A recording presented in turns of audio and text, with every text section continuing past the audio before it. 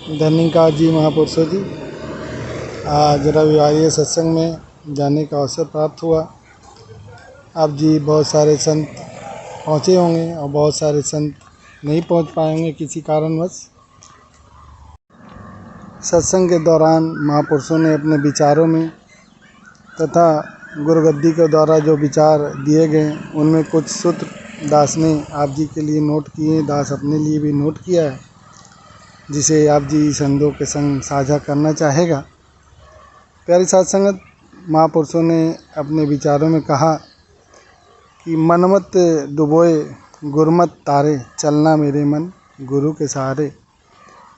मनमत पे न चलकर गुरमत पर चलने की संतों ने बात कही और साथ साथ हमें चिताया कि हम साधक बने, बाधक न बने, क्योंकि बहुत सारे संत सत्संग से जुड़ तो ज़रूर जाते हैं, लेकिन कई बार वो और उनका जीवन इस प्रकार होता है कि हम दूसरों के लिए प्रेरणा स्रोत न होकर उनके लिए बाधक बन जाते हैं।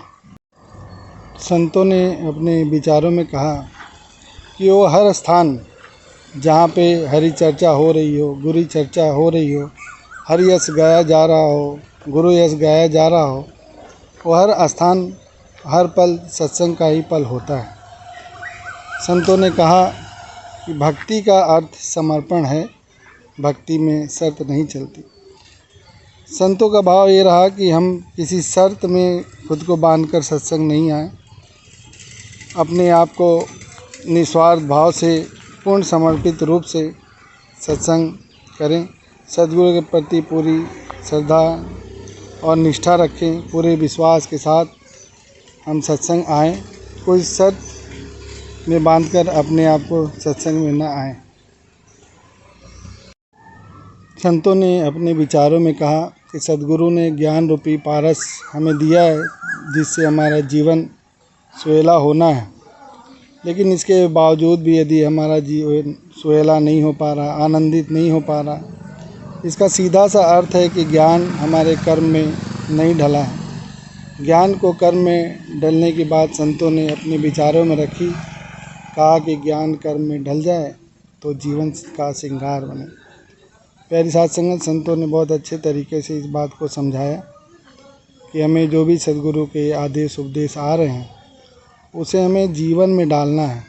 सिर्फ ज्ञान को लेकर रख नहीं लेनी है, जो सद्गुरु के विचार आ रहे हैं उसे हमें जीवन में डालना है। जब हम इसे जीवन में डाल लेंगे तभी हमारा जीवन सुखमय हो पाएगा और हमारा जीवन गुरु भक्ति में आगे बढ़ता चला जाएगा।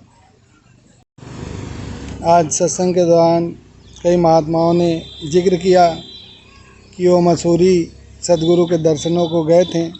अभी वर्तमान में सद्गुरु माता जी वहाँ साकार रूप में विद्यमान हैं और संतों को दर्शन दे रही हैं। वहाँ का जिक्र महापुरुषों ने किया कि किस प्रकार उन्हें संतों भक्तों के दर्शन के साथ साथ सद्गुरु माता जी का भी दर्शन प्राप्त हुआ। उन्होंने कहा कि भक्ति कोई पार्ट टाइम काम नहीं है, भक्त हमेशा भक्त ही होता है। जिस भी स्थिति में हो, जिस हाल में भी हो, भक्त हमेशा भक्त ही होता है।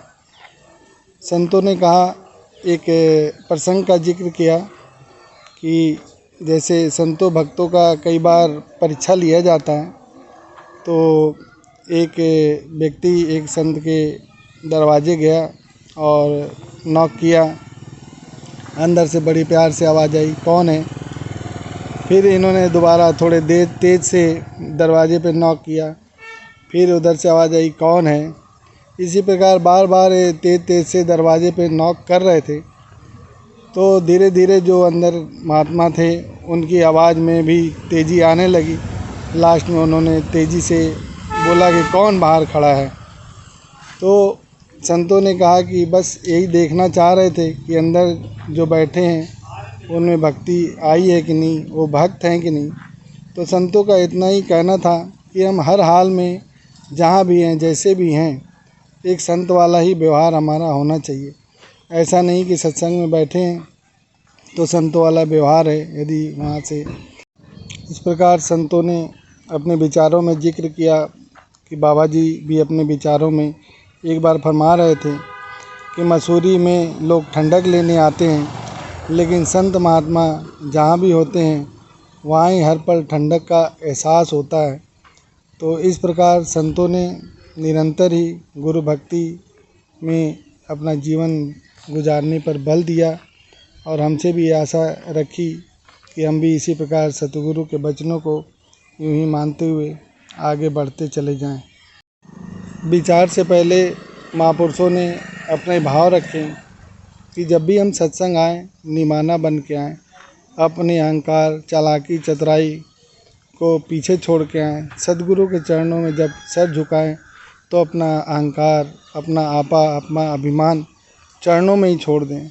जब हम खाली हो जाते हैं तो सदगुरु द्वारा जो हमें आदेश उपदेश प्राप्त होता है वो हमारे अंतर्मन की गहराई तक जाता है और उसमें हम जब डूबते हैं तब हमारा जीवन में ठंडक आती है, हमारे जीवन में आनंद आता है, परमानंद की प्राप्ति होती है और गुरु भक्ति का रंग हमारे ऊपर चढ़ता है। प्यारी सत्संग संतों ने बहुत ही अच्छे तरीके से गीतों के द्वारा विचारों के द्वारा बहुत कुछ समझाने का प्रयास किया, जिसे दास शब्दों में इतना नहीं ढाल पाएगा। जो थोड़े बहुत सूत्र दास ने नोट किए आप जी संतों के संग साझा किया और विचारों में भी जो बातें बताई गई उसको भी अगले वीडियो में दास साझा करेगा। सत्संग जी प्यार से कहिए धन्यवाद जी।